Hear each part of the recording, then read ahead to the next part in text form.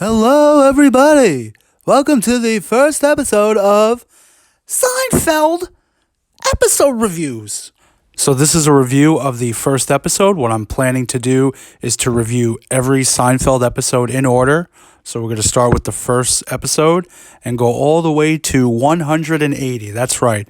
In case you don't know, Seinfeld was an American television series that started in 1989 and went all the way to 1998.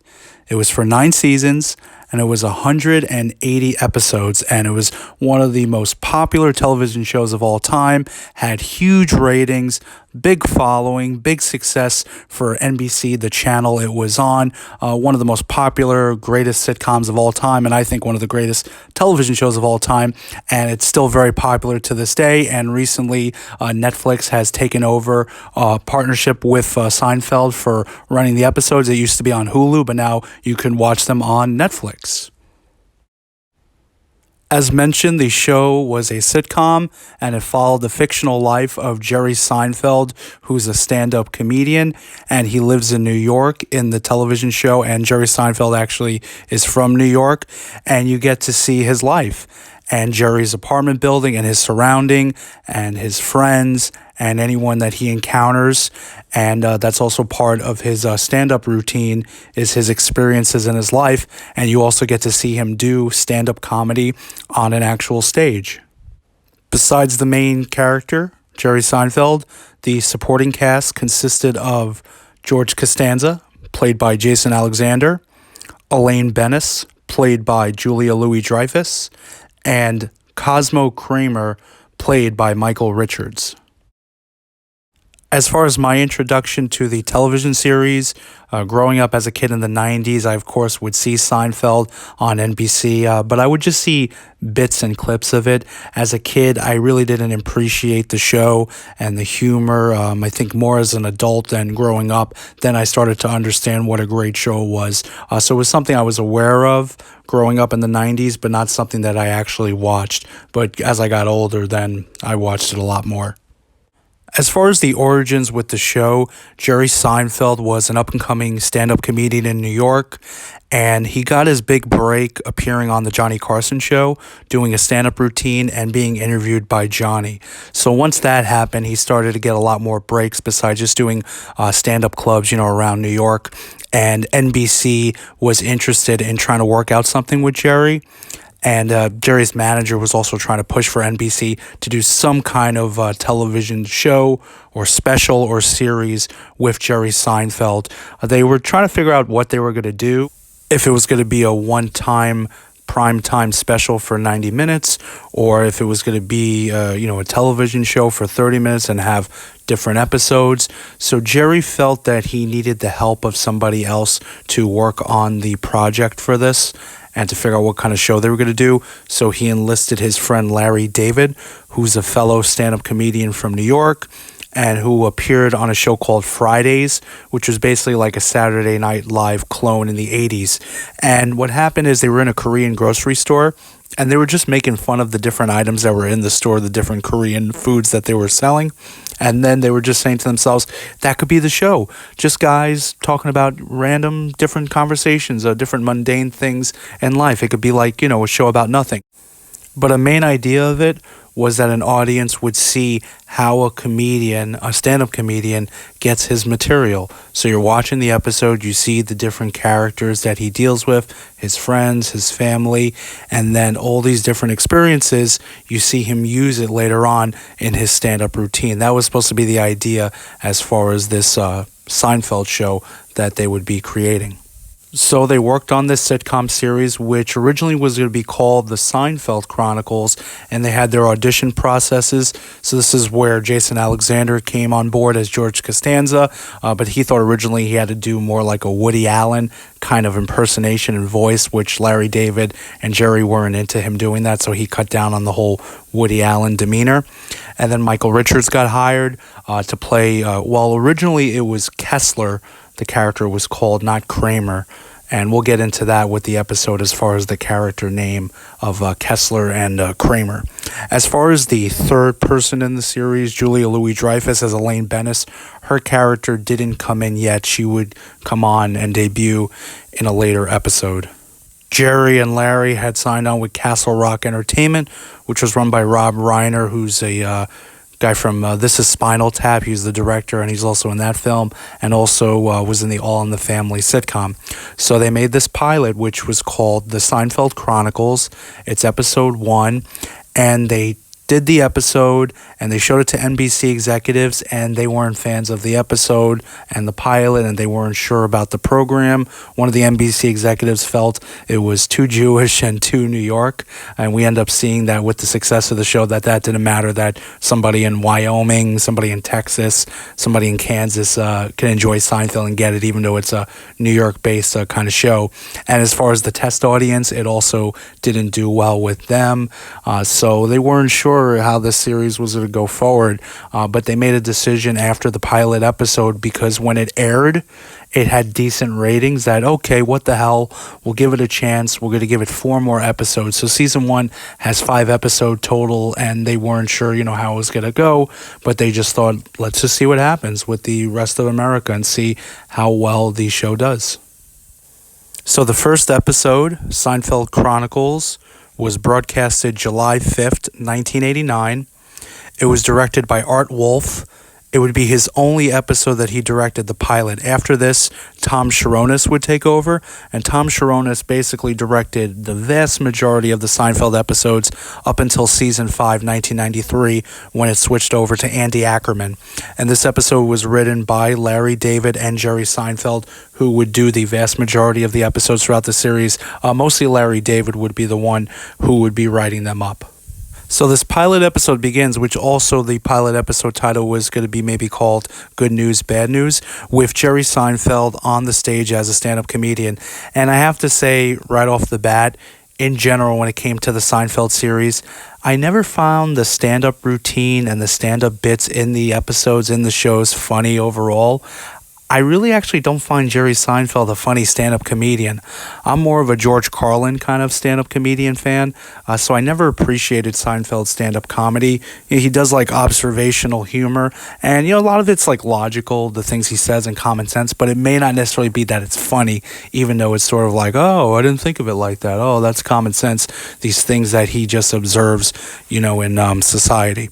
But the interesting thing with this is, if you're watching it on Netflix, you hear the Seinfeld music, and it just says Seinfeld, and even the title on Netflix says Seinfeld, but it's not really true. If you look up the actual original intro from the 1989 version, it's the Seinfeld Chronicles, and it's not the standard Seinfeld bass theme song by Jonathan Wolfe. It was like sort of 80s music written by Jeff Epstein. He's the one who actually wrote an 80s theme style for this pilot episode. The main theme when it comes to this opening stand-up monologue by Jerry is about going out, basically saying that the whole audience who's watching his stand-up at that comedy club and Jerry Seinfeld himself are outside. They're not at their home. And anybody who's trying to get in contact with them, let's say it's friends or family, they know they're not home. So if they're not home, then they must be going out. So everyone loves to go out. It's the most enjoyable thing. Nobody's at home. We get all dressed up and ready to go. And then when we're out, then we check our clock and it's time and we want to go back home, and we don't want to be out, we want to go home. So it's like, logical common sense, but don't really find this particular one funny. So it's sort of in the middle where not much to it as far as this opening stand-up monologue. So the first opening scene begins at Pete's Luncheonette. That's where Jerry and George are eating and having a conversation. This is obviously not the main location of the Seinfeld series, which was usually at Monk's Cafe. The interesting thing with this opening monologue is they have a conversation about George's shirt and the button on his shirt and the location of the button. And Jerry is saying to George about the location of the button on the shirt and the way George does it. It makes or breaks the shirt. The interesting thing with that is they would use the same dialogue for the last discussion, the last dialogue in the very last episode, the finale of Seinfeld. So, the main part of this scene of the episode is a discussion that Jerry was performing in Michigan and he met this girl, Laura, at the show for his stand up comedy, and that she's actually going to be coming to New York on business. And if she has the time, that she may see Jerry while she's there in New York. And the way this sounds to George, that she's not, interested and that she really doesn't want to be seeing him because if she did, she would have, a lot more interest. And also, we get introduced to a different character in the show, a female character, and her name is Claire, and she's a waitress that works at Pete's Luncheonette, and Claire is played by Lee Garlington, and she has like a very, down and like sarcastic kind of humor, and you could sort of tell that, she's like bored and tired at her job and doesn't like working there, and they have a conversation with George in regards to the coffee and if it's decaf or not. So, as far as this particular scene, once again, it's all right. It's okay. Nothing really too funny, about this. Kind of weaker end when it comes to, scenes for Seinfeld when we consider all the great scenes that we would see on future episodes. But the thing with the button on the shirt is interesting that it came around again in the final episode. So the next scene that we see is Jerry and George doing the laundry in a laundromat, and I would definitely say this scene is a bit more funnier than the first scene for the episode, and it has a memorable line with George. So they're having the conversation about Laura and her coming to New York and what it means when a woman says this or that, and trying to tell if she has an interest in Jerry or not, where George just thinks that Jerry is just like a backup plan for her in case she feels like, she needs to have somebody, then she'll go to Jerry in New York, but she's not really looking to see Jerry the way he thinks that, she might want to see him. So the famous line in this one is with George, and he's like, "Signals, Jerry, signals." So, that part got a laugh out of me. That part got a smirk out of me. So that was good. So definitely this scene in the laundromat is better. There's another joke Jerry tries to make when it comes to laundry and like observational humor, where he talks about with clothes that clothes can't be too wet or can't be too dry, because the thing is, if the clothes are already wet, if you wet the clothes more, it's still wet clothes. Sort of like if somebody's dead, nothing else you could do after that, they're dead. Can't make them more deader, they're already dead. So that one is like a lot of Seinfeld's comedic stand-up humor, where it's common sense, it's logical observations in life, but not necessarily funny humor. The next scene is back with the stand-up comedy, and we hear Jerry doing a dialogue in regards to laundry, which kind of makes sense because the prior scene is laundry. I think I would have liked the concept if they did it like they envisioned it originally, where you would have all the different scenes of the episode, you get to see Jerry's different experiences, and then maybe save the stand-up routine completely for the end, which sort of captures all the different experiences from the episodes. I think that would have worked better. And then obviously if the stand-up humor was better, in my opinion, for Jerry and funnier, it could have worked that way. But eventually, as the series went on, they did less and less of the stand-up dialogue routines until towards the end, where they just completely got rid of it, and you just got the Seinfeld episode, where the actual scenes of the episodes was the best part of the series. So with this particular section, he's discussing, like I said, with the laundry, and that it's sort of like a nightclub, and then all the clothes are sort of like dancing together in the laundry, and then watching if anybody's watching them at the nightclub, if anyone opens up the door, and that socks have it the worst because they're under, stinky feet. So this scene tries to be funny with it, tries to make some analogy as far as like, dancing in nightclubs and clothes, but just like the other stand-up scene, don't really find this one funny either. The next scene is the first time we see Jerry's apartment building, and this scene, in my opinion, is the best scene of the entire episode 1 of Seinfeld Chronicles. So you see Jerry Seinfeld, that he's a big Mets fan, and obviously I'm a Mets fan too. If you ever see my videos on my channel, you see I'm always wearing the Mets hat. So he's taped the game, and he wanted to go ahead and watch the game, and he didn't want anybody to ruin what happened. This is the old days in the 80s where it's VHS and taping the game, so if you didn't tape it, then you wouldn't wouldn't be able, to watch it any other way. It wasn't like it was on demand. And so we actually get the introduction of his name is Kessler, which we would later know him to be Kramer. What happened is Larry David had a friend named Kenny Kramer, and he liked the name Kramer and wanted to name this character Kramer, but he just felt that the real life Kramer would monopolize and try to make money off the name Kramer being used in the show, which ended up actually happening. So they called him Kessler, but after a while they changed it to Kramer because I think Kessler sounded too like Jewish sounding, and the NBC executives, didn't want the Jewish sounding ways, so then they did Kramer instead for his name. But he comes in, and this is, like I said, the funniest scene in the episode. He has 2 pieces of bread, and then he's saying to Jerry, got any meat? And the way Michael Richards plays Kessler or Kramer, he plays him like really like a raggedy bum and like a real like doofus in the beginning. He would change later on in the series where he would just be like the odd friend, but not like this where he's just like really like dopey. So any of the scenes where you have Michael Richards, is extremely funny. And they talk about, misreading, Laura and about her interests. And then Kessler or Kramer is saying to like Jerry's like, oh, you want me to speak to her? And just the way he looks and the way he acts, it's like he'll probably make the situation worse if he's the one speaking to Laura. So this is a really funny scene, great scene. I like it. It's the best one of the episode, as I mentioned before. Also, Kessler spoils the Mets game and says that the Mets lost, they stink, and they can never win a game. And in the year 2021, seems like some things never change. In the prior scene with Kessler, Laura had called and said that she actually wants to stay at Jerry's when she comes to New York and that she couldn't find a decent hotel. But when George and Kessler or Kramer hear about this, then it completely changes the situation, and that this is a signal that she's interested in being with Jerry and wants to do, some things with him when it comes to being at Jerry's apartment.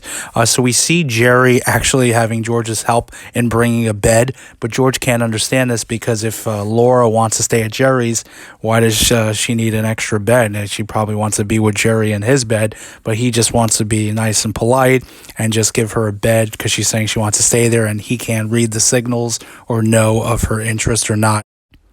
We also see Kessler's dog, which is something we wouldn't be seeing in the vast majority of the Seinfeld episodes, that Kessler or Kramer actually had like a dog with him.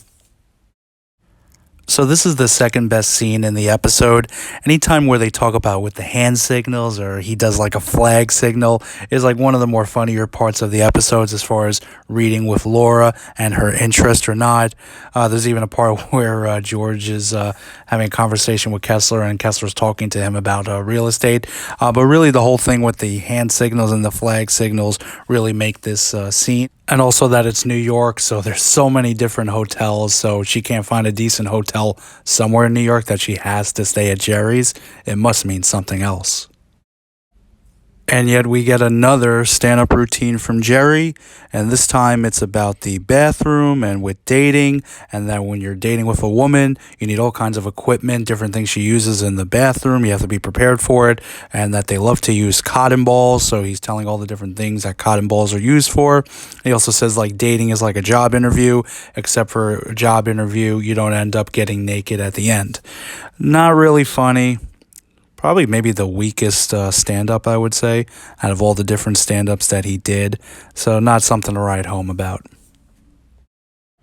The next scene is at JFK Airport, and Jerry is with George, and they're going to be greeting Laura, who's coming from Michigan to New York, and they're busy going over the different signals that when Jerry meets her to try to see if there is interest in Jerry getting more than just her, staying in his bedroom. So they're trying to figure that out as far as like with handshakes and with hugs, and they end up having it that Laura, who's played by Pamela Broll, comes out and does this really awkward greeting with Jerry where it's tough to know and what the situation's going to be and what she's thinking or doing when she gets to that apartment with Jerry. As far as this scene, it's another standard scene. The whole thing with the hugging and then she hugs him, it's okay. Not a highlight of the episode. So So we're in the final dialogue scene of the episode. So Jerry and Laura are in Jerry's apartment from the airport.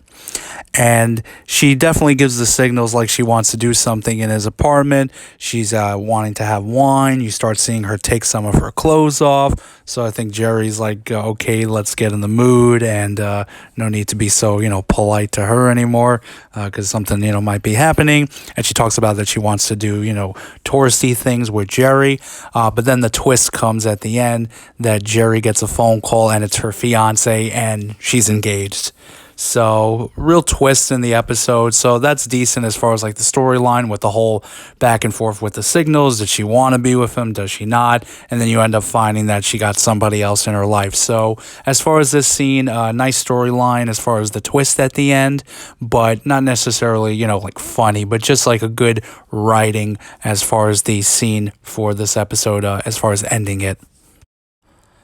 And so the episode ends with, you guessed it, another stand-up segment.